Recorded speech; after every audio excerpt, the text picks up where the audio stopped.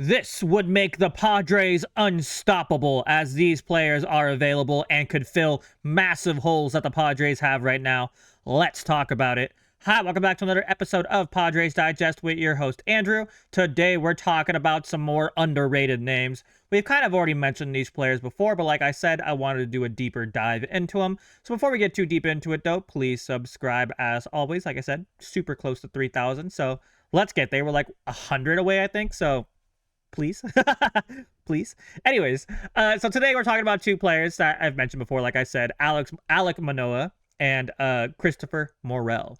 I think what makes the possibility of the Padres being unstoppable, well, we know this, right? Padres need two things very badly. We need power and we need pitching. So if we could somehow solve all of those problems with two players, I think this would be a good start. Also, because we're kind of...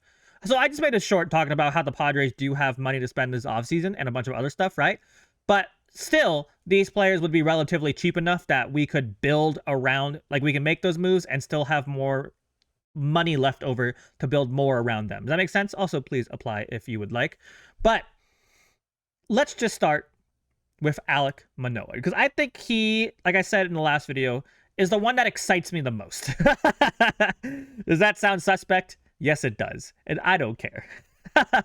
So Alek Manoah had one of the most interesting careers we've ever seen.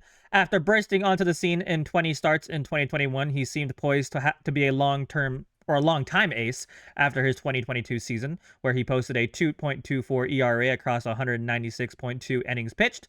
This led to his first All-Star team and a third place in Cy Young voting. However, since then, Manoah has dealt with bad performance and injuries, leading to him not having pitched within the big leagues since 2024, and him being non-tendered by the Braves earlier this offseason.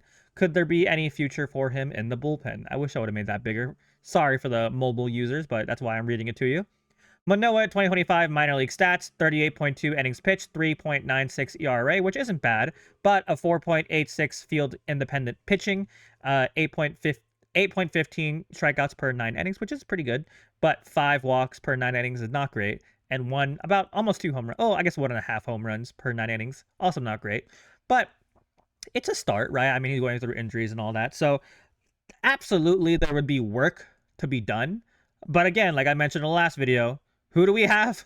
The best pitching coach, not just in the entire league, probably in the entire world, Ruben Niebla. So if anyone can fix him, he can. So Alek Manoah had another positive rehab outing. I think this was in August. But 5 innings pitched, about 6 hits, 3 runs, 0 earned runs, 2 walks, 5 strikeouts.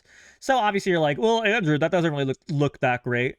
I mean, no earned runs, so there was probably some error that screwed something up. I don't know the exact outing stats, but I mean, it's a start, right? The reason that I guess they were excited about this, is Manoah's velo and command are slowly coming back, sat at 91.6 and touched 93.9, limited hard contact with an 86.3 average exit velocity, and whiff rates are around the same as his 2022 season. And if you want to look at that, feel free, but I'm not. But let's look at everyone's favorite page, Baseball Savant. So obviously, 2024 was his last time he pitched, and he didn't qualify because he only pitched, what was it, like 24 innings? Yeah, 24.1 innings. So from that, you can't really see much, right? But then you go to 2023, and you see the stats are pretty disgusting, horrible, not great. But 2022... look at that pitching run value, 97, a 2.24 ERA. Expected ERA is a 3.31, is still good. A lot higher than what it was, but still really good, right? Fastball velocity is around average at 93.6, so he's not like a fastball crazy, like what's the word looking for? A crazy fast pitcher, but his fastball run value, his fastball is one of the best fastballs in the entire league. And even in 2025, like it was around average, which obviously isn't great, right? But it's not like his fastball is bad because it's slow. His fastball is really good. But yeah, you can look through all the rest of the stuff if you would like. But there's absolutely some work to be done. No one is going to argue that there's not work to be done. But you've seen him pitch, if you're not a new baseball fan, but you've seen him pitch. You saw him in the All-Star game. You see just look at the picture, right? There's a dog in him. Like I said in the last video, there's dog in Manoah. And this team needs dogs. I mean, look at Nick Pivetta. even back in the day, like Nick Martinez, he had a massive dog in him, probably still does. So I just love pitchers who have that dog in them. And I think that's the epitome of Alek Manoah. Well, I say I'm saying Alek Manoah. I'm so sorry. Please don't yell at me. But yeah, like I said, Ruben Niebla, put in some work, sign him $5 million maybe. Even if it's like a 1 year prove it deal, I'll take a 1 year $5 million investment in a pitcher who has tons of upside. And even if he sucks, just get rid of him.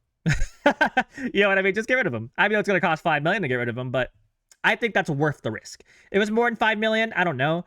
But I just don't think, I think a lot of teams will be interested in him. I just don't know how much a lot of teams will be willing to spend on him. Because the starting pitching market is always beyond insane.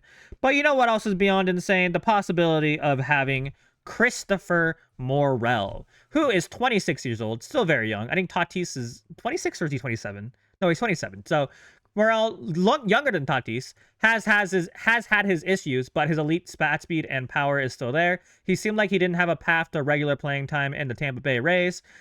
Z contact, so contact on the XY, I'll look it up eventually, isn't great, so it's lightning in a bottle. And if he can't find a defensive home, it's a 3+ WAR player easily, if he can find a defensive home.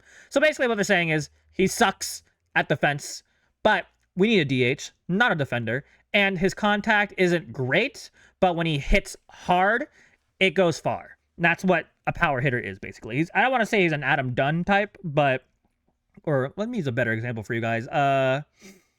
Who's a 3 true Joey Gallo? Do you guys know who Joey Gallo is? He hasn't been around for a while. There's probably another. Michael Toglia. He's also kind of the similar thing. Strikeout or hit a home run. I can't think of a recent player. I'm sure I'm forgetting someone super obvious. So just yell at me if you must. But centerpiece of the Isak Paredes trade return. Morel flopped with Tampa Bay, hitting under 210 with negative B-WAR and sub 80 OPS plus. So not great, right?